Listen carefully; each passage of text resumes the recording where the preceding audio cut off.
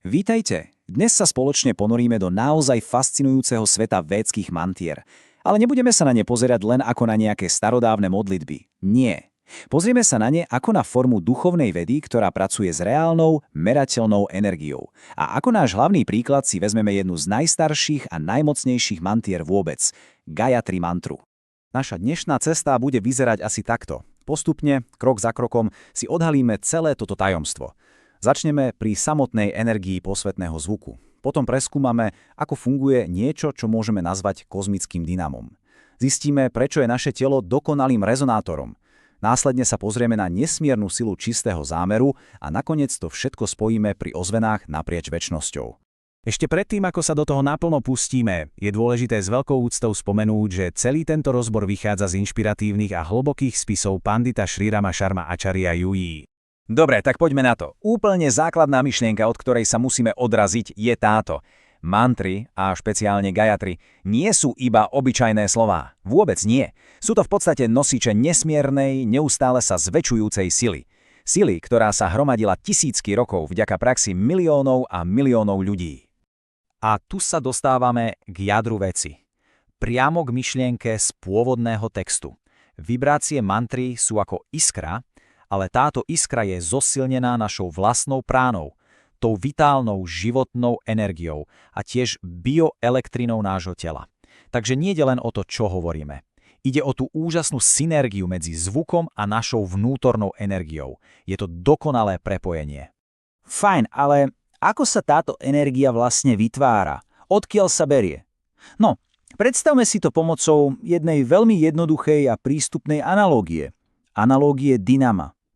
Je to vlastne mechanizmus, ktorý dokáže premeniť pohyb na čistú energiu. Aby sme princíp dynama úplne pochopili, musíme najprv spoznať jeden kľúčový pojem – šabda. Čo to je?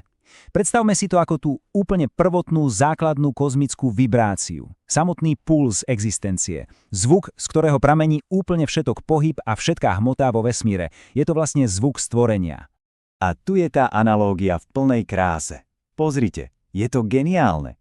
Tak ako sa neustálym otáčaním motora v dyname vytvára elektrická energia, tak sa neustálym opakovaním mantry, čo je prax známa ako džapa, vytvára obrovská duchovná energia. V oboch prípadoch sa pohyb mení na silu. Ten proces je teda celkom jasný a logický. Začína sa opakovaním. Toto neustále opakovanie vytvára kruhový, taký výrivý pohyb zvukovej energie.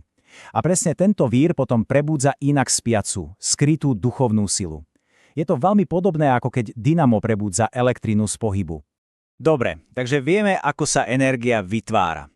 Ale čo s ňou? A práve tu vstupuje do hry ľudské telo. Pretože naše telo nie je len nejaký pasívny prijímač. Vôbec nie. Je priam navrhnuté tak, aby s touto kozmickou energiou rezonovalo, aby sa na ňu naladilo. A teraz pozrieme sa na toto číslo. 24. Čo asi predstavuje? Môžem prezradiť, že to nie je žiadna náhoda. Je to v podstate kľúč. Kľúč, ktorý dokáže odomknúť náš vnútorný potenciál.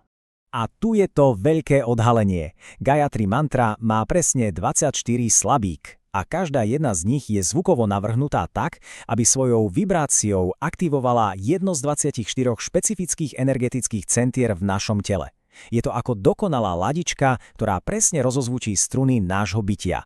Zvuk je jedna vec, telo druhá. Sú nesmierne dôležité, ale stále nám chýba tá najdôležitejšia zložka. Ten pravý katalizátor, ktorý to celé naštartuje. A tým je samozrejme naša myseľ, naše vedomie, naše emócie. A toto je naozaj fascinujúce.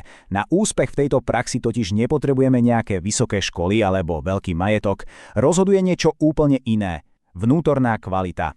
Čistota srdca a skutkov. Pevná, stabilná myseľ a šradha. A šradha je hlboká, úprimná a neochvejná viera. Toto sa dá krásne ilustrovať na jednom úplne jednoduchom príklade. Predstavme si, že niekoho len tak mechanicky potlapkáme po chrbte. Je to len fyzický dotyk, nič viac. Ale čo ak to urobíme s hnevom, alebo naopak s obrovskou láskou a podporou? Zrazu ten istý dotyk nesie úplne inú energiu však. Je to energia nášho zámeru, ktorá doslova nabíja naše činy. Takže, aby sa mantra stala skutočne živou a mocnou, musia sa spojiť obe tieto zložky. Vibrácia zvuku a hĺbka našich pocitov. Jedno bez druhého je jednoducho neúplné. Je to dokonalá harmónia medzi formou a obsahom, medzi zvukom a dušou. A teraz sa dostávame k tej poslednej a dovolím si povedať, že najúžasnejšej časti celej tejto skladačky. Čo sa stane s tou energiou, ktorú takto vedome vyšleme do vesmíru? Stratí sa? Vôbec nie, práve naopak. Vracia sa späť a to ešte silnejšia. Aby sme to pochopili, predstavme si vesmír ako jeden obrovský, nekonečný oceán. A každá naša myšlienka, každé jedno vyslovené slovo mantry je ako kamienok hodený do tohto oceánu. Okamžite vytvára vlny, ktoré sa šíria do všetkých strán, do nekonečna.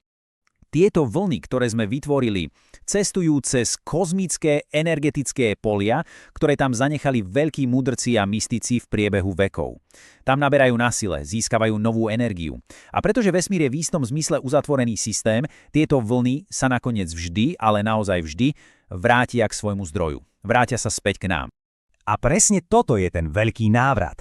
Energia, ktorú sme vyslali s čistým úmyslom, sa k nám vracia mnohonásobne silnejšia a posilňuje naše telo, našu myseľ aj nášho ducha. Je to vlastne neustály nádherný cyklus dávania a prijímania, ktorý nás krok za krokom transformuje.